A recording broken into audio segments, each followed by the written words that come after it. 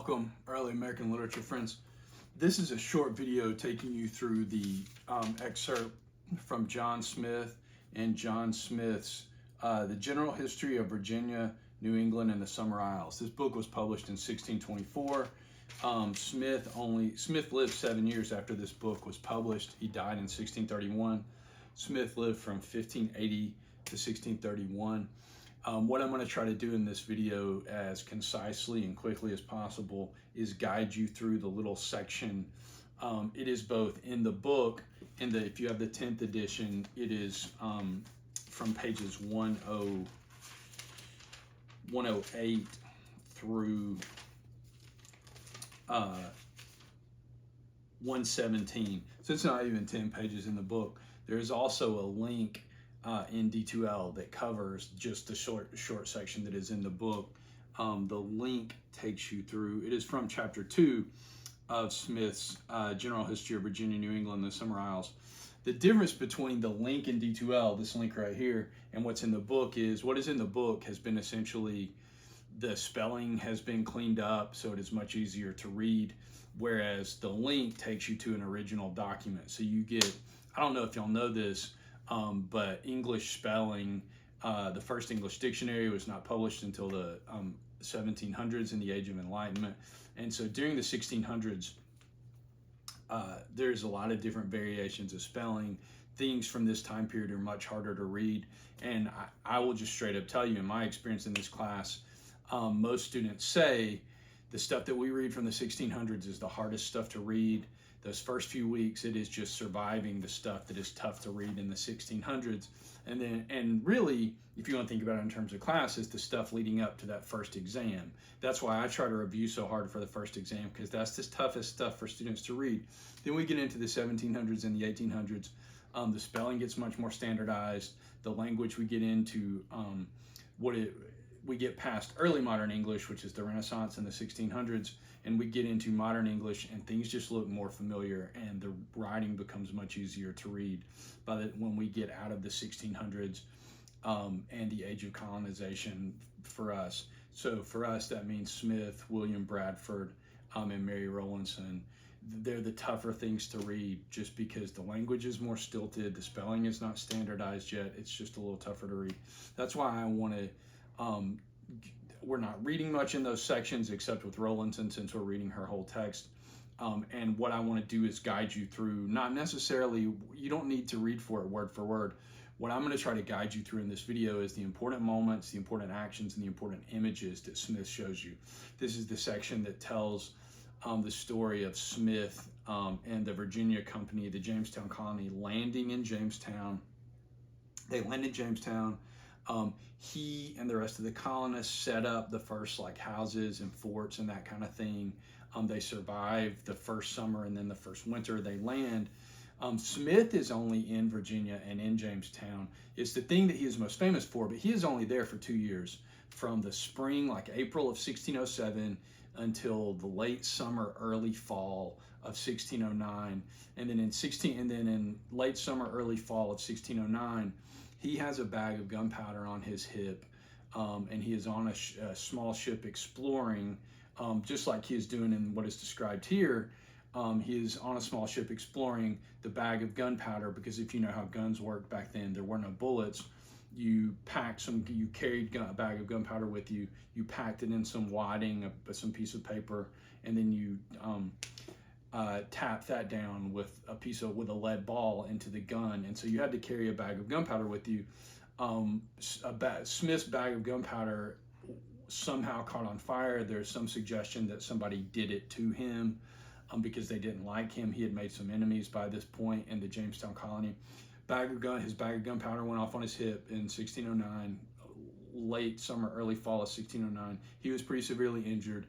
He left, went back to England, recovered, never returned to Virginia. He came back and explored Massachusetts and Maine a few years later, before going back to England and living really the last decade or more of his life back in England, because especially this book, but he had become famous because not only because of his exploration, but because of his writings about his exploration. but he was only in Virginia for a little over 2 years before the gunpowder incident. He had to return to England to recover, get medical attention. And so this section tells the story of really that first year. What we're talking about is that first year. He talks about that summer. It takes them, they struggle right from the beginning because they get to Jamestown in Virginia in April of 1607. The journey was supposed to take 2 months. It takes 5 months. Of course, they don't have engines, they just have sails. So they start out low on supplies, and he takes you and starts from there with his attempt to feed everybody, get cabins and housing built for everybody, and then explore the two rivers. Jamestown, if you're familiar with the geography, Jamestown is at the connection where two rivers come together, the Chickahominy River, and it is while he is exploring the Chickahominy River that he is captured by the Native Americans, held captive for 6 or 7 weeks, saved by Pocahontas, eventually traded back to the fort at Jamestown. But it is while he is exploring up the Chickahominy River and the James River, and Jamestown is right over to the side of them.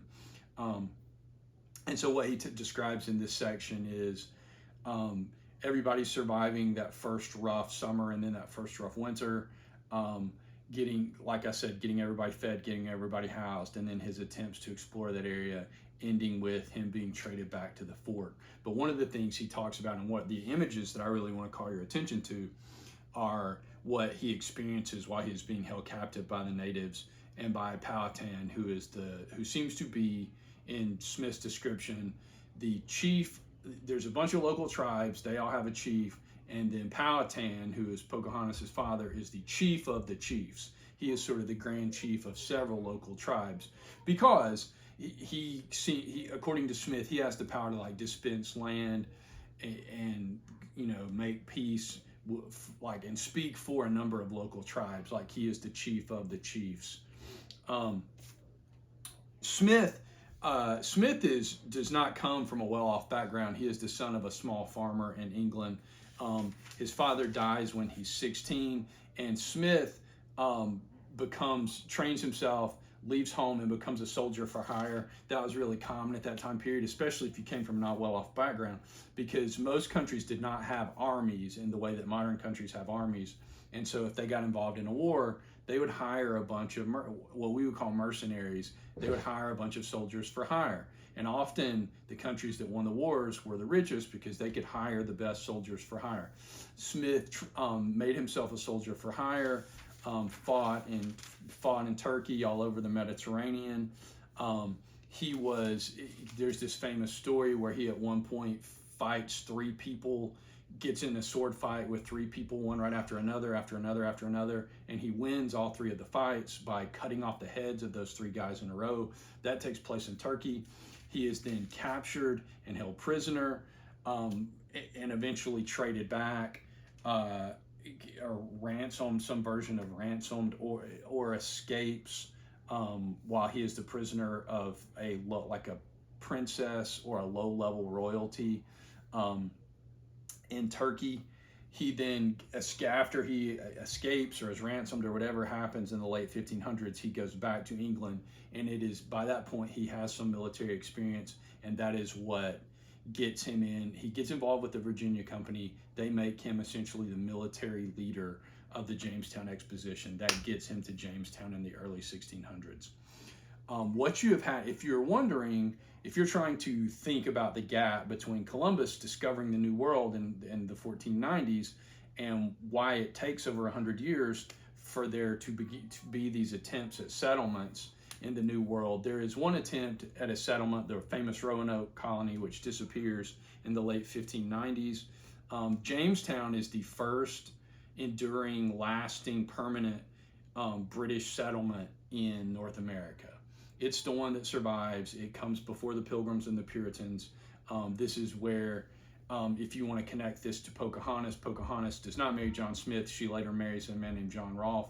John Rolfe is important to us because he is the first person to successfully grow tobacco in North America. And so Smith helps to found, in these first 2 years from 1607 to 1609, Smith helps to found that first lasting Jamestown colony. And he is very there's a lot of dispute over how honest and truthful he is in his description, because he is not afraid of portraying himself and selling himself as the person who saved the colony. Everybody who wanted to go home, Smith convinced them to stay. Everybody was being lazy and not doing work, Smith got everybody organized. He tells you in the first sections of this book, before he begins to explore up the river, that everybody would have starved without his organization. And he got everybody organized to build all the houses and thatch all the roofs on the houses. And so that he is the reason that the colony survived and succeeded, especially in that first year. Because if you have the book and you're looking on page 108, that section at the bottom of 108 starts off, being thus left to our fortunes, it fortuned that within 10 days, scarce 10 amongst of us could either go well or stand. Such extreme weakness and sickness oppressed us. This is in the spring, 1607. The ship has left. The ship that brought them has left to go back to England. They're surviving on the supplies that got brought over on the ship. And immediately what happens, and this is a similarity between what happens to the Pilgrims and the Puritans in Massachusetts and what happens to Smith in the Jamestown colony, there is this first rough 6 months to a year where everybody gets really sick because they're not used to the illnesses and the climate in North America. Everybody gets really sick. They seem to get like the flu or something like the flu. A number of them don't survive it. Bradford, when he's talking about the Pilgrims, says like less than half of them survived the first winter. And Smith says, while the ship stayed, our allowance was somewhat bettered by a daily proportion of biscuits.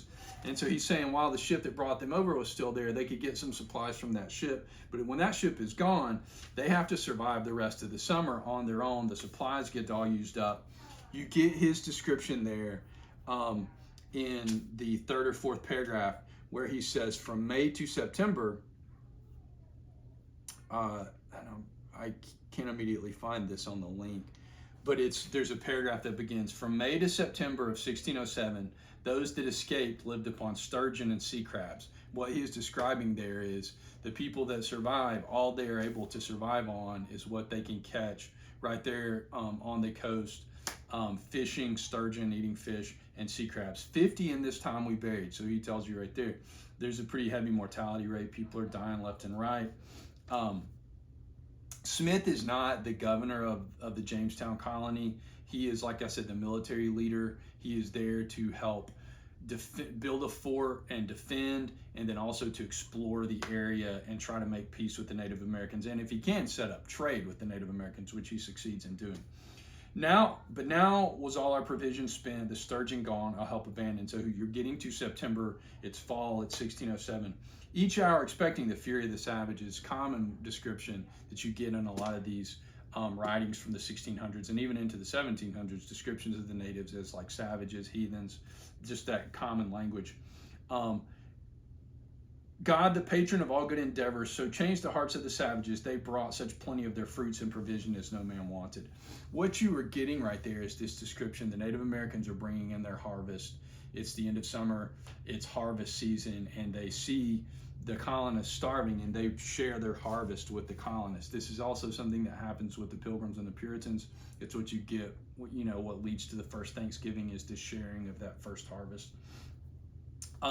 Such actions have ever since the world's beginning been subject to such accidents, and everything of worth is found full of difficulties. So he's saying like anything worth doing, it's tough. You have to struggle. But he says, right there, he says, it was affirmed, it was ill done of the council, and he's talking about the Virginia colony, to send forth men so badly provisioned. So he is saying they struggled so much during those first 6 months, that first year, really the rest of 1607, because they didn't have enough supplies. But part of that reason is we were at sea 5 months where we both spent our victual, all their supplies, their food, and lost the opportunity of the time and season to plant. He says the big problem in 1607 is this combination of they expected to be at sea for 2 months, it took 5, so they used up a bunch of supplies. So they didn't have as many supplies as they expected when they got there, and because they got there so late, they missed the opportunity to plant in spring and have a fall harvest. And so a lot of their struggle, Smith says, in that first year in 1607 is this combination of bad luck, the being at sea so long, which then causes them to use up their supplies at sea, so they don't have as many when they get there, and they miss the harvest. That is in the paragraph now where some affirmed it was ill done of the council. We were at sea 5 months, where we both spent our victual and lost the opportunity of time and season to plant. And then you see, if you have the book at the top of 110, the two men who are the governors, who he calls the new president and Martin, they are the leaders of the colony. They sort of delegate to Smith, who by his own example, good words and fair promises, set some to mow, that is to to cut down trees, cut down bushes and shrubs that they can then use to make thatch, which is what roofs were made of back then. Some to build houses, other to thatch them, putting roofs on them.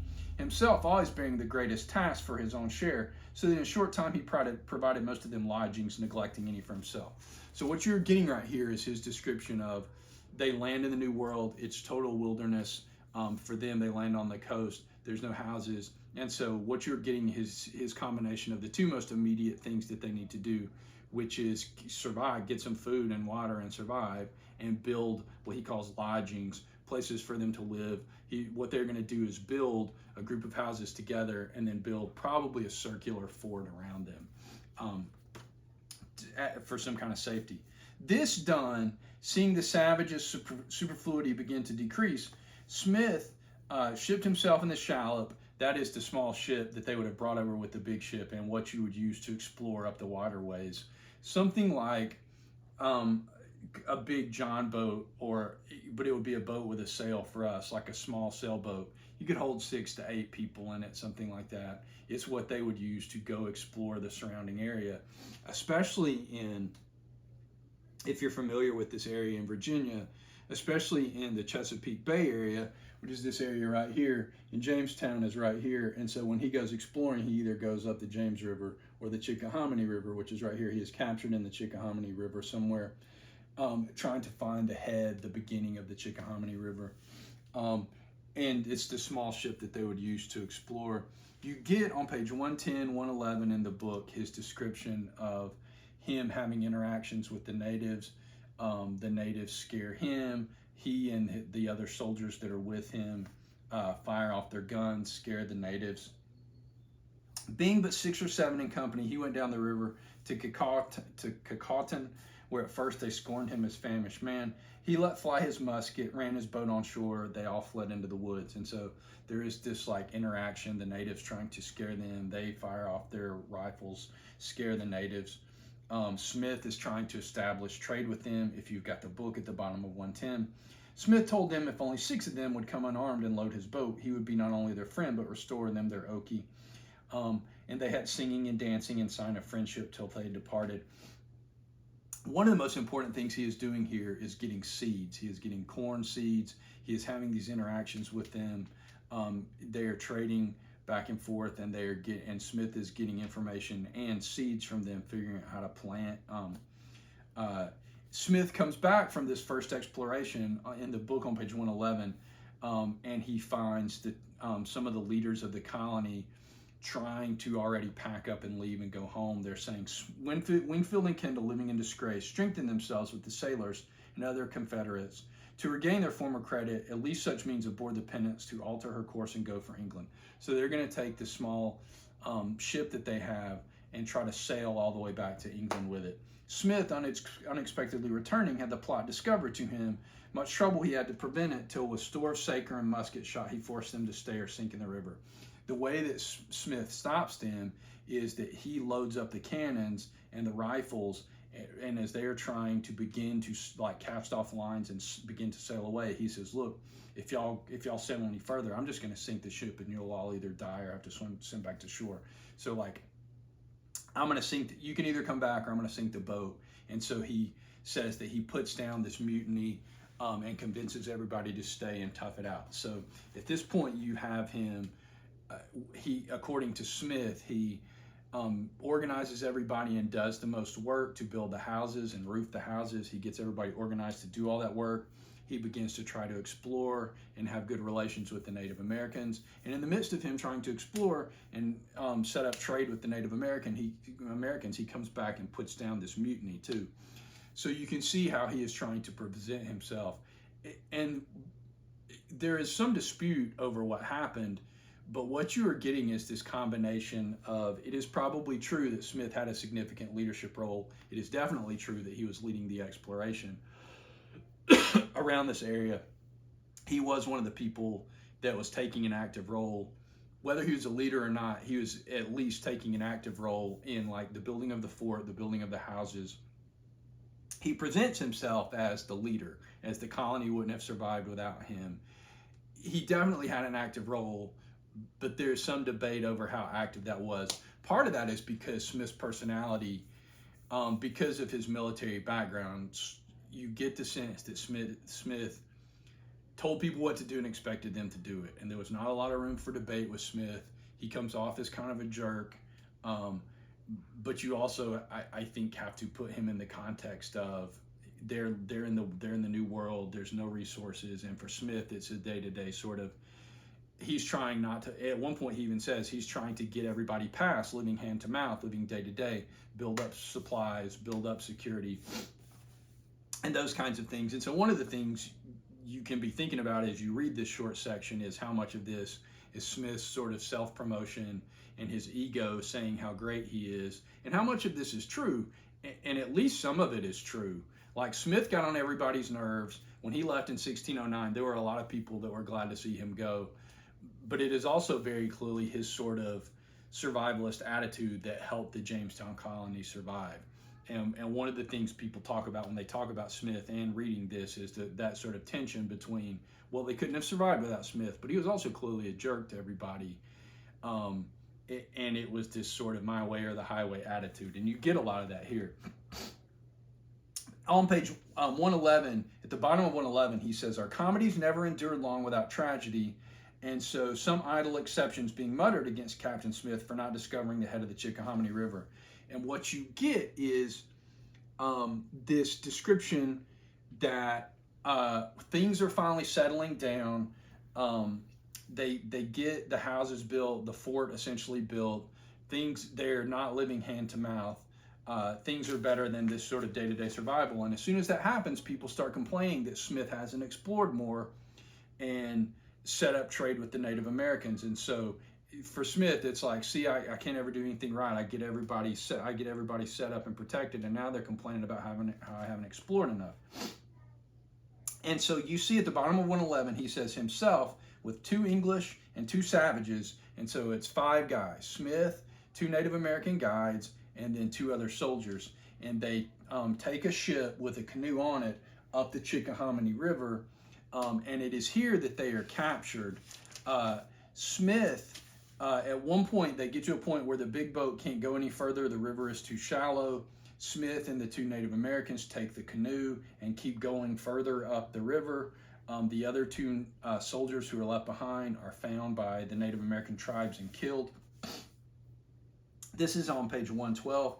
Smith, little dreaming of that accident, he doesn't know what's happening back at the boat because he's in the canoe with the 2 native guides. And his description of it is that he tells them not to get off the boat. They get off the boat and start wandering and exploring around. The natives find them and kill them. And then you get the famous paragraph. And this is one of the quotes that's on the first exam too. 6 or 7 weeks those barbarians kept him prisoner. Many strange triumphs and conjurations they made of him, yet he so demeaned himself among them.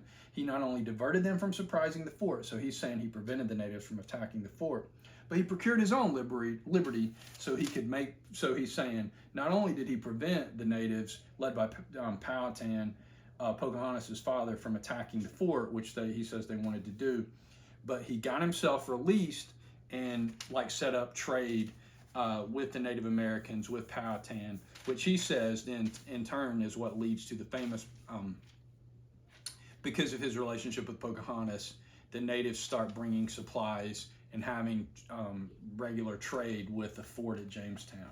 The manner how they used and delivered him is as follows. And you get this description of how Smith, the attack and when they take him prisoner. Smith says that he slipped up to the middle in an oozy creek, his savage with him, yet they dare not come upon him till being near dead with cold. What he says is that he takes off the garters that hold his socks up, tie one of the 2 Native American guides to his arm. He uses that guy as a shield. He is hit with a couple of legs. He is hit with a couple of arrows in the leg. In that paragraph, that is, the savages having drawn from George Casson, whither Captain Smith was gone. But finally, there's so many of them, and just him and the two natives. And after he is hit with a couple of arrows in the leg, he surrenders, throws down his weapons and surrenders. He demanding for their captain, they showed him Opachananough, king of Pamunkey, who is one of the tribal leaders, who is sort of a chief, who is a chief of his local tribe, but below Powhatan. And then there are several images that Smith uses to suggest that he sort of becomes friends with, but also amazes and surprises the Native Americans. The first of those is the compass. He takes out a round ivory double compass dial. Much they marveled at the playing of the fly and the needle, because Smith is showing them on the compass how no matter which way you turn it, it always points north. And so he's talking about the needle always pointing north no matter which way you turn it. Smith says that he uses the compass to explain to the Native Americans that the earth is round, and that the moon is round, and that the moon circles around the earth. But when he demonstrated by that globe-like jewel the roundness of the earth and the skies, the sphere, the sun, moon, and stars, how the sun did chase the night round the world continually, the greatness of the land, they all stood amazed with admiration. So the first thing Smith does to sort of impress the natives is to use the compass to show them the world and the galaxy. On page 113, you get this description, this long paragraph that begins their order in conducting him was thus: a ceremony where they decide what to do with Smith, whether to kill him or let him live. There is this description. The second big image at the bottom of 113 and top of 114 is the Native Americans allow Smith to write a note in a notebook. He tears out the piece of paper.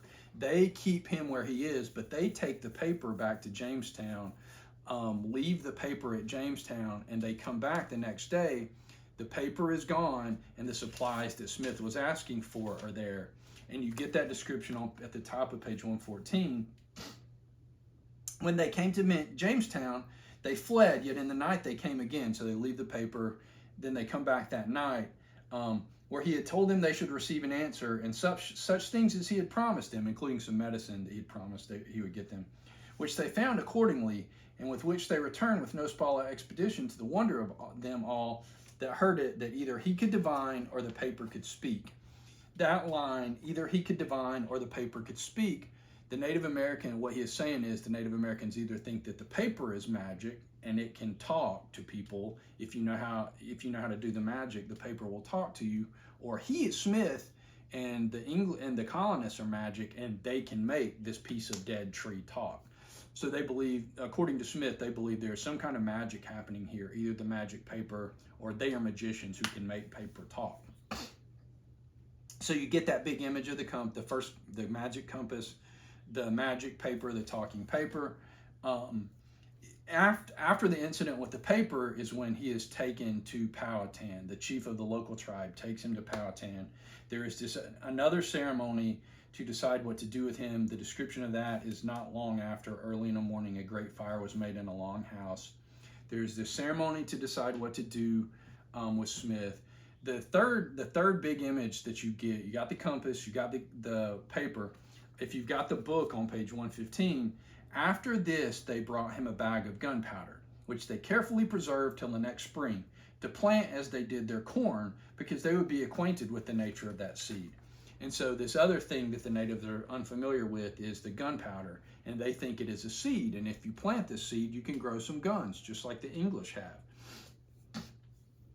And so there is this suggestion in Smith's writing here that there are several artifacts, items that he uses to impress the Native Americans and prove to them that he is worthwhile and that they can learn from him and trade with the colonists at Jamestown.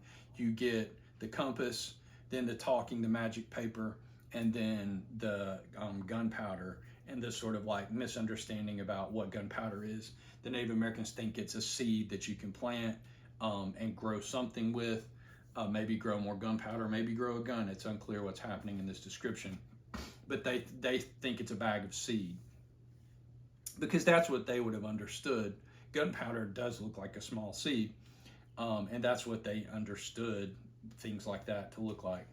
At last, they brought him to where Wacomico, where was Powhatan, their emperor, and he calls him the emperor because he's like the chief of all the chiefs.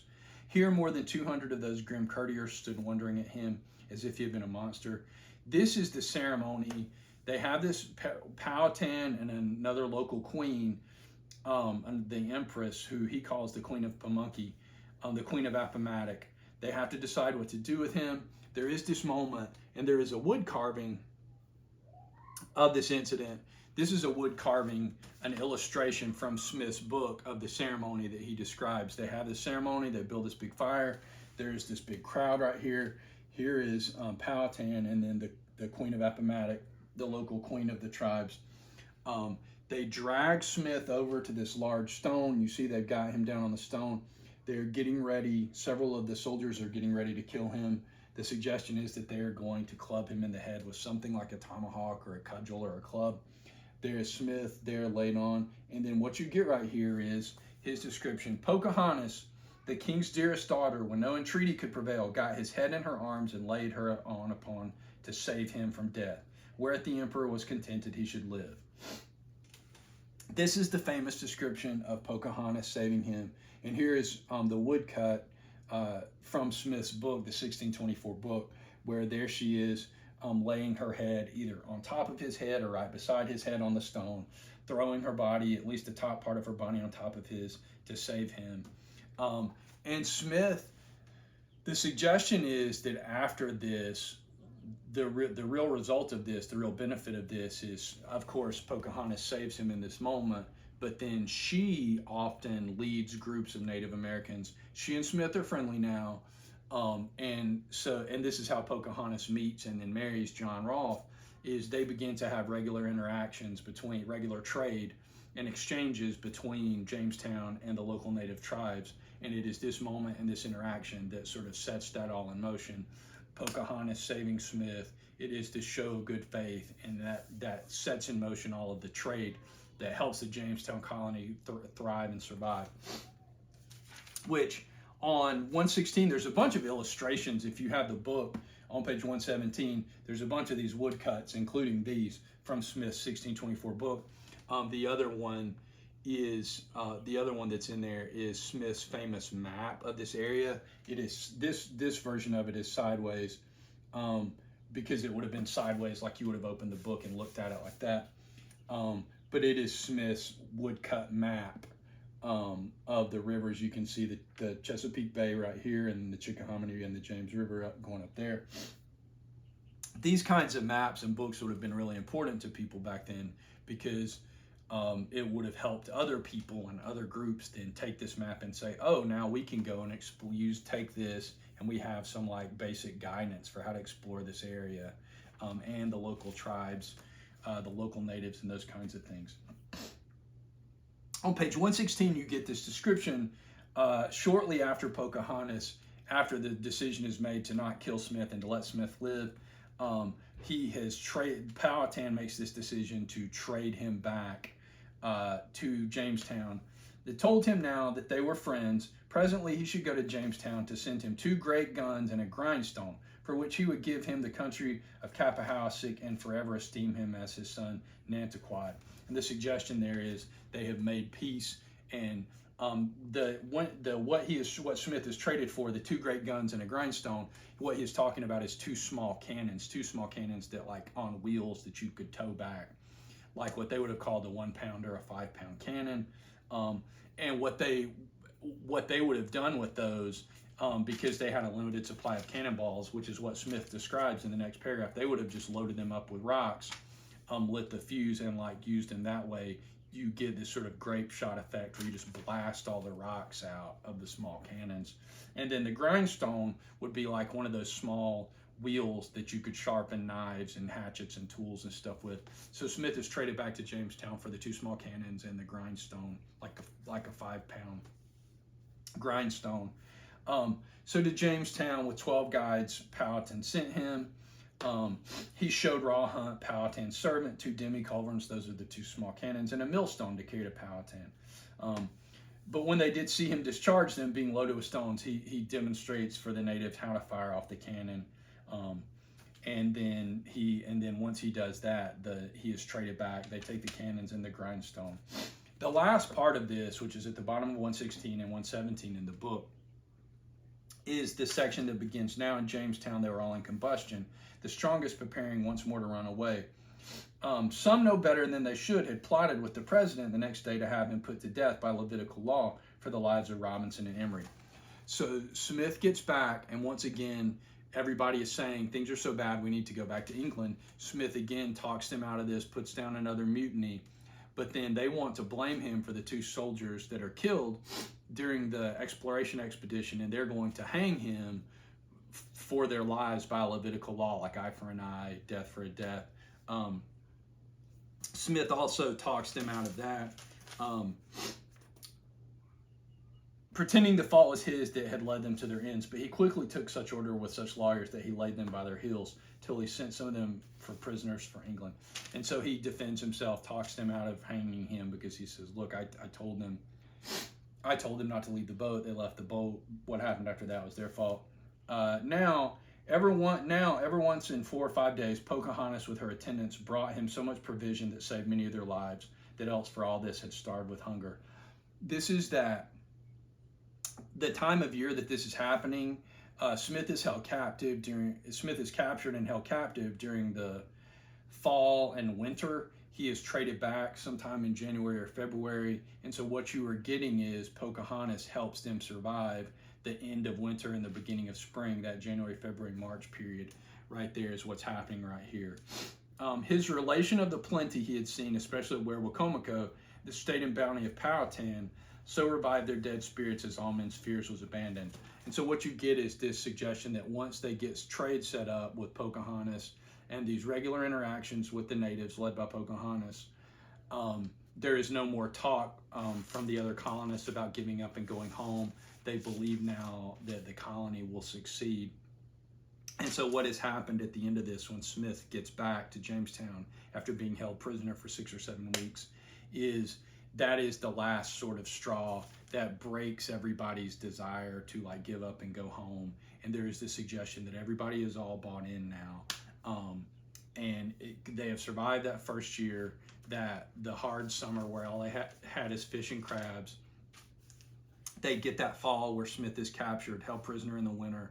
He gets traded back, and so they've essentially made it through summer, fall, and winter. And once they made it those like 9 months, those 3 seasons, Smith's suggestion here is they've made it through the hardest time. Nobody wants to just like give up and go home anymore.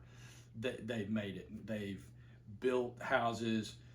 They're not living hand to mouth. They've set up some kind of regular trade and interaction with at least one local tribe led by Pocahontas. And so Smith has like solidified the colony as succeeding in making it.